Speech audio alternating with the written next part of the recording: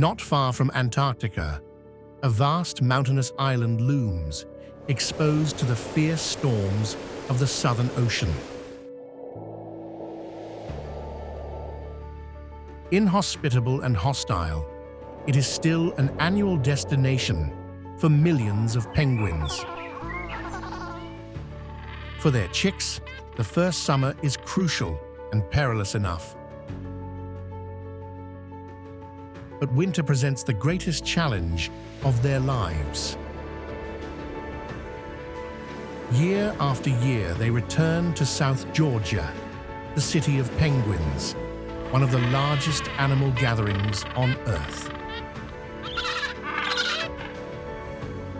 Far from Europe, between the southern tips of South Africa and South America, and only 1,000 kilometers north of the Antarctic, the island of South Georgia towers out of the sea.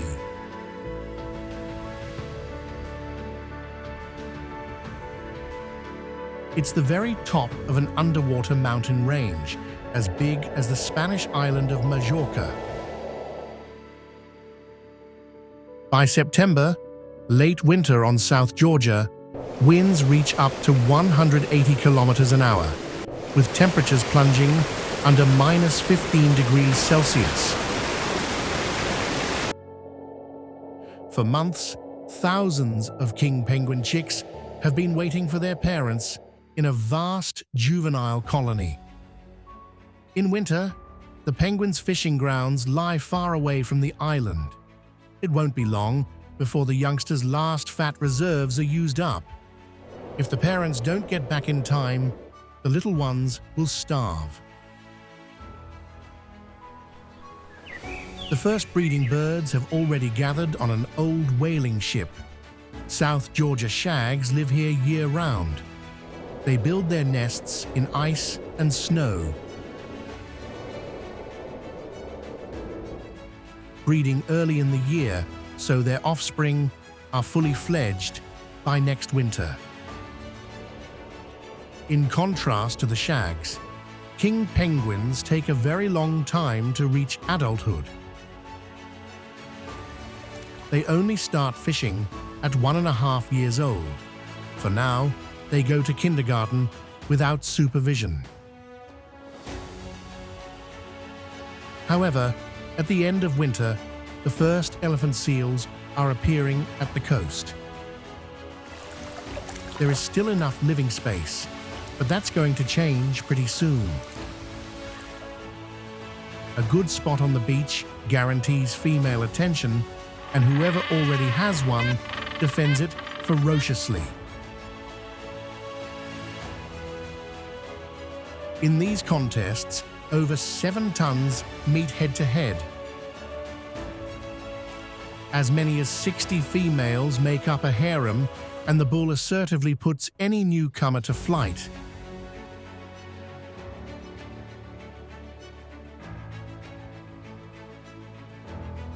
When the elephant seals occupy the beaches, it's also time for the penguins to get back to their young.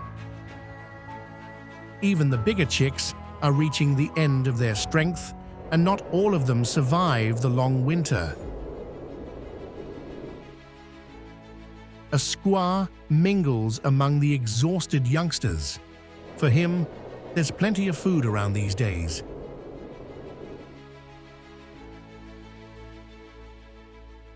The chicks try to keep the predator at bay.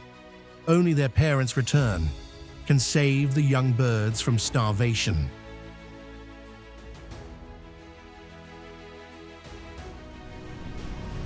Now finally, the time has come. The deserted winter beaches are stormed by summer guests.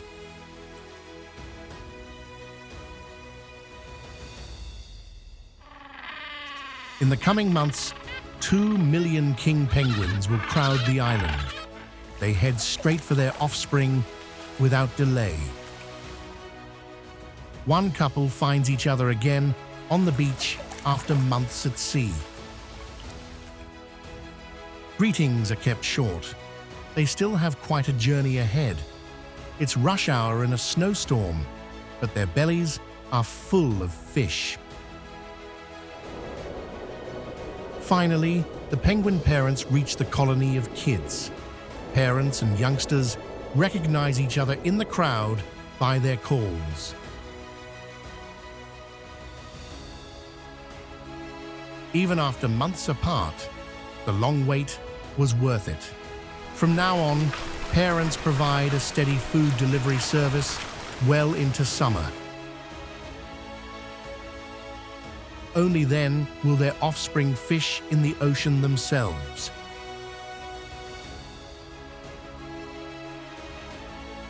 Others are less fortunate. The couple from the beach have been searching for hours to find their chick, but their calls remain unanswered. The voice of their youngster has been silenced forever. A small consolation remains for the parents. They can start breeding earlier now and prepare their new offspring better for the following winter. In October, the days get longer and the sun stronger. Snow and ice retreat back to the mountain summits, which reach up to 3,000 meters high. Around half of the island lies permanently under ice and snow.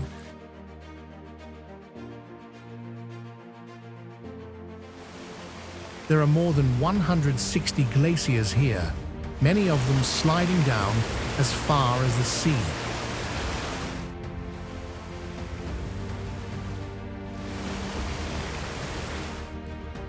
The overland journey of the ice ends here.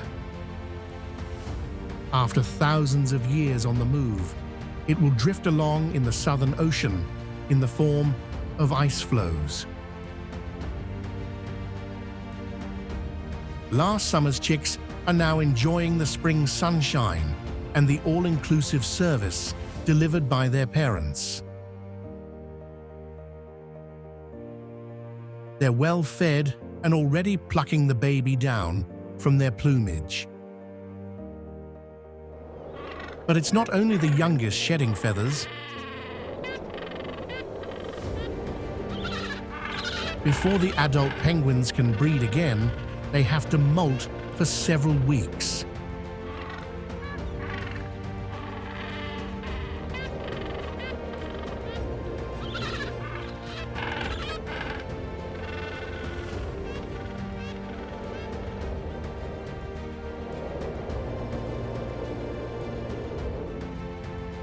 The estuary of an icy glacial river provides a perfect spot.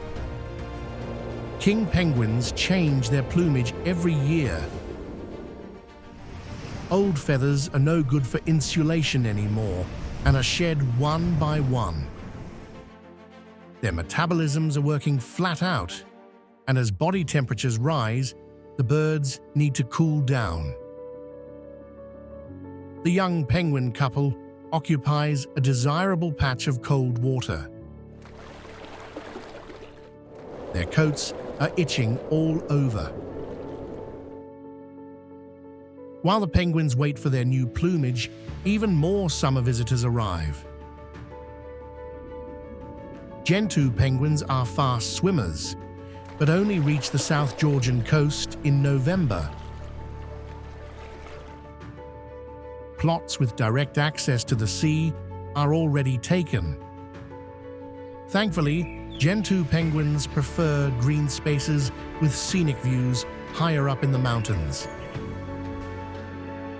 They make their way up a steep path through a veritable jungle of tussock grass. The strenuous ascent is rewarded with a majestic view. Up here, they'll raise a new generation. Macaroni penguins also arrive in droves.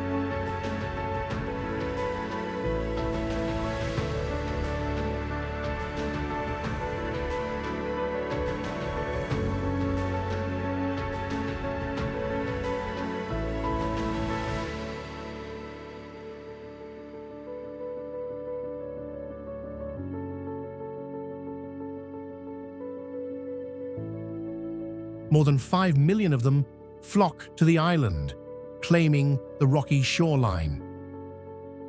These gold-crested birds are smaller than the Gentoo and king penguins, but they're extremely tough.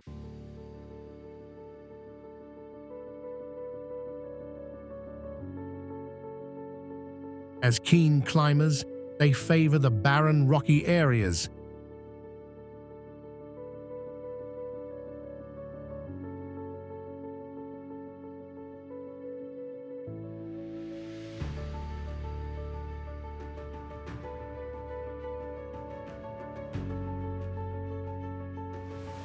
After all, plentiful fishing grounds are right on their doorstep.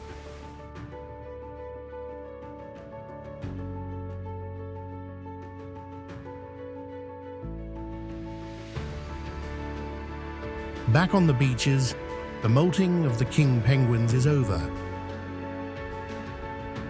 The huge crowds gradually disperse, leaving behind a sea of feathers. The young couple has a brand new outfit and retreats to the safety of the colony. It's a good 1.5-kilometer walk from the coast to Penguin City, a long way for short legs. From a vantage point, they get a first impression of the land. As in all big cities, location is everything, and successful breeding depends on it.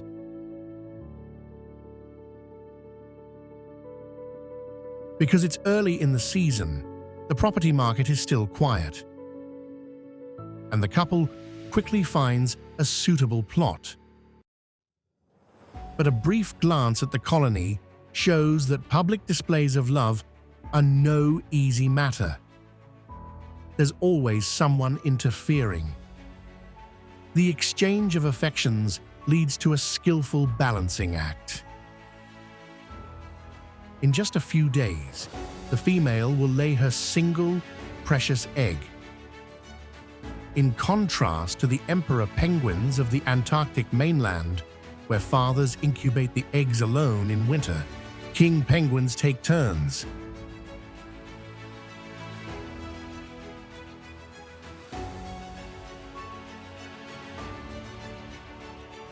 It all looks so untouched, but the incomparable animal world of South Georgia has a tragic history.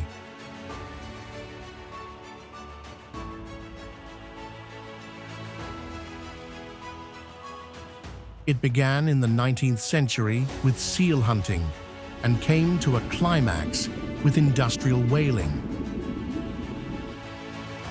The island's whaling stations were in operation for about 60 years. Today, only ruins and wreckage remind us of a time when the sea ran red. In the early 20th century, margarine, soap, and nitroglycerin for weapons were produced from whale oil. Grease from whale blubber fueled the Industrial Revolution and became highly valuable. Whalers lived and worked in 6 stations here, processing 175,000 whales over 60 years. They erected buildings on penguin breeding grounds, bringing domestic animals and rats. They made omelets from penguin eggs and showed little respect for nature. Only in 1965 did the whalers leave for good, allowing animals to once again reign supreme. Millions of Antarctic fur seals were doomed due to their warm coats. Only a tiny colony survived the relentless slaughter. Today, more than 3 million of them live on South Georgia, the world's largest community of marine mammals. Sheltered coves and wrecks are their kindergarten while the females hunt. Huge shoals of fish and krill drift past the coast, forming the basic food resource for these spectacular colonies. Thankfully, the times of seal hunting are over. While the seals relax, breeding season begins for the penguins. Adolescent chicks from last year wait for food, while adults who don't have offspring yet are laying their eggs. The female whose chick didn't survive the winter presents her partner with a freshly laid egg. They'll take turns incubating it over the next 55 days, always balancing the coveted egg on top of their feet. But the breeding business doesn't always run smoothly. A skua takes up position. Some penguin couples look as if they're only practicing, using a broken egg as a test dummy. One male gives up. His partner isn't back yet, but hunger has taken over. This is exactly what the skua has been waiting for. The colony holds the attacker at bay. But while all attention is focused upwards, a sheathbill creeps in unnoticed. Sheathbills are opportunists, always ready when a chance arises. Weeks pass. To get to his family, a new penguin father has to cross the entire colony. It's a true running of the gauntlet, riddled with sharp beaks. Exhausted by the hatching process, the brand new chick gets his first food from his mother. And finally, Dad arrives. The welcoming calls are especially loud today. These recognition signals are vital for survival. Out of sight of the skuas, she hands the chick carefully to her partner. Now its welfare is Daddy's responsibility. The mother heads off immediately. Food is required quickly, as she has a hungry youngster to feed for the next 14 months. Water is the true element of the king penguins. Into the waves they go, leaving all clumsiness behind. Rich in nutrients, the circumpolar current flows around South Georgia. Swarms of krill form the staple food source. The icy Southern Ocean is the habitat of sea spiders, sea urchins, and the cold-loving crocodile icefish. Further out, king penguins hunt lanternfish, but an arch-enemy lurks here, the 4-meter-long leopard seal. Only if the penguins spot the nimble predator in time can they escape.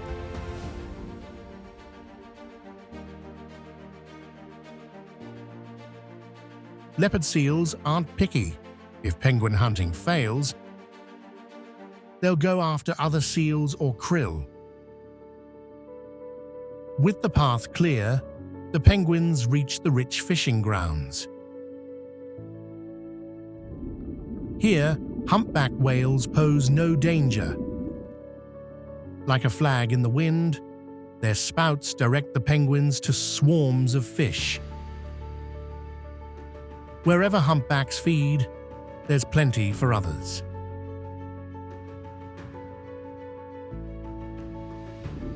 These giant marine mammals have been reappearing around South Georgia, 50 years after the end of whaling.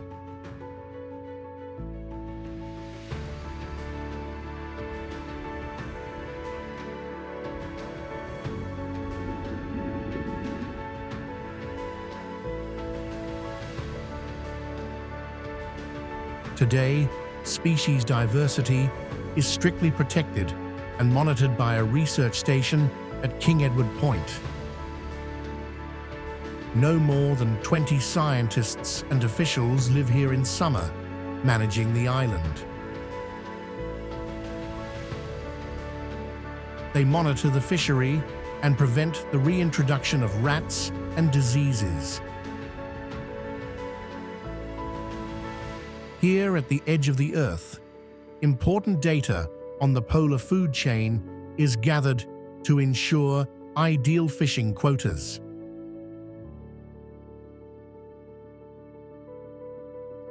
By January, the middle of the Antarctic summer, the sun rises by 4 a.m. In Penguin City, last year's chicks are becoming real adolescents. The downy feathers disappear as waterproof adult plumage takes over. This stage is filled with preening, posing, and hormone boosts. Their long wings, useless for flying, seem baffling to them. Perhaps they really do dream of flight. The summer warms the island to up to 20 degrees Celsius. Underneath their dense fat, the elephant seals get hot, and there's an almost Mediterranean feel to the beaches. Even the skua is tempted to take a dip. The cold-loving king penguins rely on the colony's glacier for ice-cold water. In late summer, the old whaling stations accommodate special guests. Male elephant seals seek shelter in the exact halls where their ancestors were slaughtered to undergo their catastrophic molt.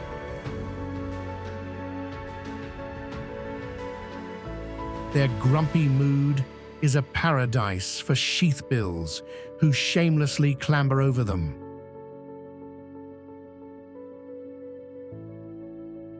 As late summer fades, both penguin parents have to search for food to satisfy their growing chick. For the first time, the chick is alone. Born of necessity, small kindergarten groups gather to fend off aggressive neighbors. Soon, the teenagers head out to sea to hunt alone. Practice makes perfect, but diving in blindly can end in tragedy. Unfortunate beginners make a perfect meal for southern giant petrels who act as the colony's cleanup crew, ensuring no disease spreads.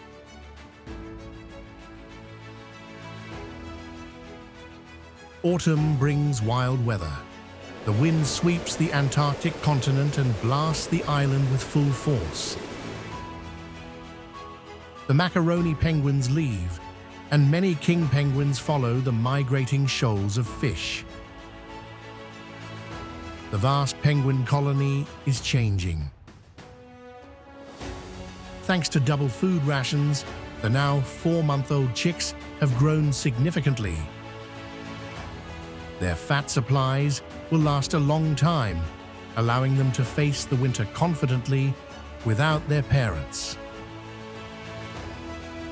In 1775, when James Cook claimed South Georgia, the island lay in thick fog.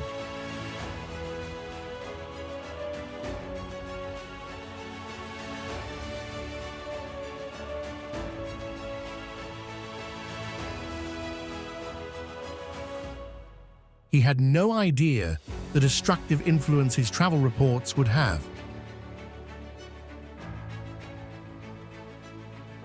Only now, almost 250 years later, is South Georgia once again the wild paradise her discoverers first encountered.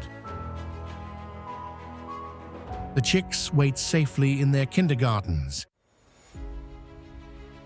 Next year, they'll follow their parents out to sea, spending 3 years on the ocean before returning to South Georgia.